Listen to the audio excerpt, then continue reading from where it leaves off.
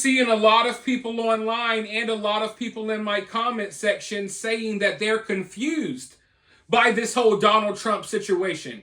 And they're saying that they have a hard time. They're having a very hard time following this story. And they're wondering, is something wrong with them? Well, ladies and gentlemen, no. There is nothing wrong with you. There's something wrong with them. And the reason why there's so much confusion right now, the reason why people are having a hard time following this story is because the story is changing every day. And to be frank, I'm having a hard time following the story as well because they keep changing the details every time we turn around. In fact, that clip that you saw at the beginning of this video, they're claiming that that is Thomas Matthew Crooks' van. The only problem is, hours after this tragedy took place, they reported that Thomas Matthew Crooks traveled in his Hyundai Sonata to the Trump rally. They then claimed that they found materials of the explosive type inside of his Hyundai Sonata at the Trump rally. But now, they're no longer talking about the Hyundai hardly at all. Now they're talking about Thomas Matthew Crooks' van.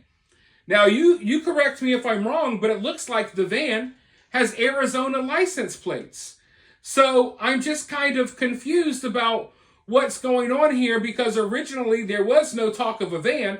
It was a Hyundai Sonata. Now it's like the Hyundai Sonata never existed, and they're talking about how they searched through this van and how they found, materials of the explosive kind inside the van and inside of his home. Also breaking right now, correspondent Alexis McAdams has an exclusive interview with the neighbor who shot this video of a suspicious van being towed away from the scene last night. Alexis.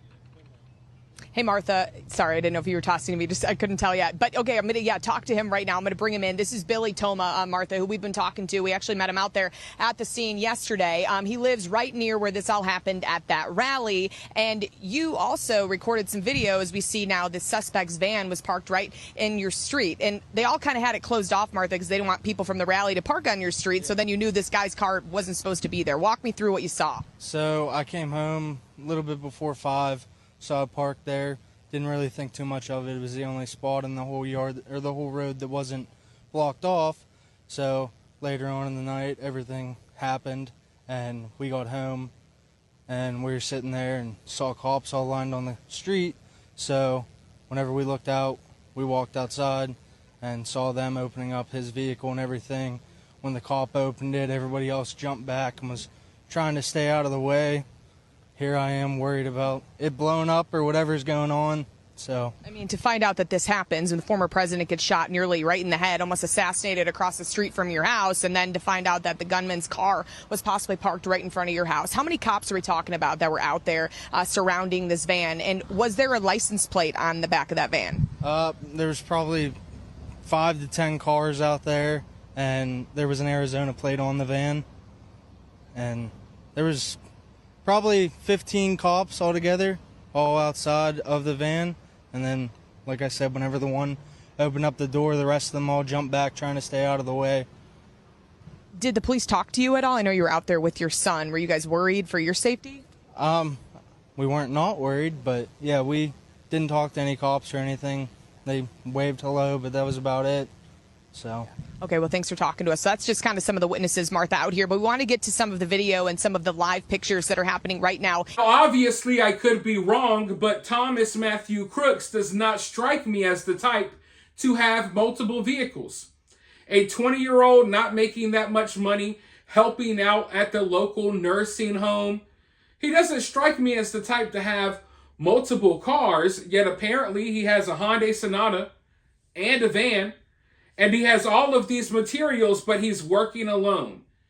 It just really seems weird, but I figured, you know what? Okay, young guy's got multiple cars. Maybe there's not much to do in his area, and he likes cars, even though he doesn't look like the type to like cars, but whatever. But then today, new reports came in that Thomas Matthew Crooks was traveling around the Trump rally on a bicycle. They literally have photos of his bicycle. They now have his bicycle. They took it in as evidence. There are multiple witnesses on the ground who attended the Trump rally who say they saw Thomas riding around on a bicycle.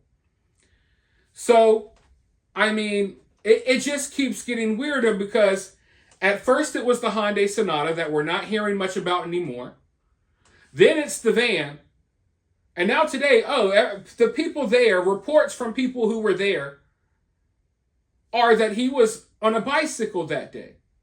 Now maybe he stuffed his bicycle in his Hyundai Sonata, decided to leave the van at home, even though the van would be the vehicle that you would take, right? Like, let's be honest, if you're an assassin and you're going to do something like what Thomas did, you're obviously taking the van. You're not taking a bicycle or the Hyundai Sonata. But apparently Thomas took the bicycle and the Hyundai Sonata, even though we don't hear about the Hyundai anymore, and we're probably not going to hear much more about the van. Now we're just hearing about a bicycle. So the story just keeps shifting just a tad bit. And the reason why people are so interested in these multiple vehicles and multiple forms of transportation is because a lot of people believe that there was someone else involved in this. And there are eyewitness reports, and like I've told you all in past videos across multiple channels, listen, when all hell breaks loose and that chaos is happening, a lot of people, they may think they see things, they may think they know what's going on, rumors start spreading, in the chaos you really don't know what's going on.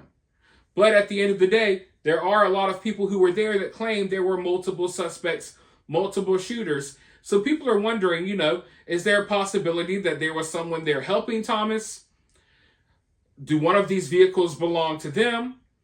And why are we just now hearing reports that he's riding around on a bicycle when at first it was the Hyundai Sonata and then it turned into the van? Now, in a new video over on my new channel, Political Cinema, go subscribe over there if you haven't already, please. I talk all about this bicycle they found and some more details that came out today, as well as we go over interviews from eyewitnesses who saw Thomas with this bicycle leading up to the tragedy that happened. But meanwhile, we're still supposed to believe that Thomas Matthew Crooks acted alone. We're still supposed to believe that a 20-year-old has no social media at all, left behind no writings, nothing that would let us know his motive. We're still supposed to believe that he had multiple vehicles rigged to blow and pulled off this assassination attempt by himself, and that the Secret Service and everyone else that was there, from local law enforcement to state police to the FBI, you name it, we're supposed to believe that they all just conveniently didn't do their job for hours on end as they watched this guy literally plot out what he did for a few hours before he ultimately did it. So you tell me what you believe down in the comments below. Do you find any of this strange about the van, about the Hyundai that's not being talked about anymore? And what's with this new narrative that Thomas was really there on a bicycle? It's just getting wild, folks. But let me know what you think down in the comments below. While you're down there, hit that thumbs up, hit that subscribe, ring that notification bell, and I'll talk to you all very soon in the next one.